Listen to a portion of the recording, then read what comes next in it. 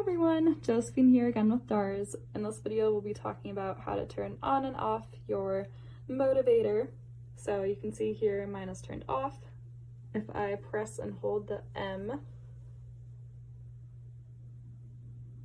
there it goes, it's on now. So you can see this one is set for 10 minutes.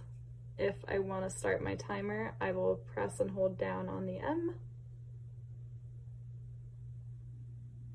And you can see it's going to start counting down from 10 minutes.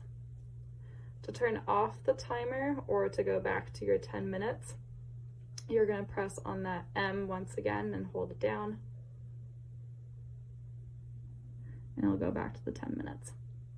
If you only push that M button and you're not holding it down, it'll take you to the interval. To get out of that, you simply just press down on that M again. And it'll take you back to your 10 minutes, and then you can hold down again and it'll go back to your timer. Or if it's the end of your day and you would like your timer to turn off, if you just leave it here for about 15 seconds, it'll turn itself off. So we'll wait for that. And now it's off. Thanks for watching, guys. Bye.